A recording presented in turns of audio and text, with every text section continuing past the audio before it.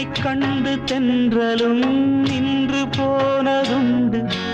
உன்னை காண வெண்ணிலா வந்து போவதுண்டு ஏன் தேவி இன்று நீ என்னை கொள்கிறாய் முள் மீது ஏனடி தூங்கச் சொல்கிறாய் உன்னை தேடி தேடியே எந்த நாவி போனது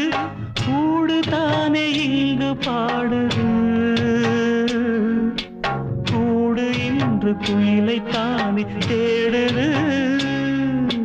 நான் பாடும் மௌன ராகம் கேட்கவில்லையா என் காதல் ராணி இன்னும் தூங்க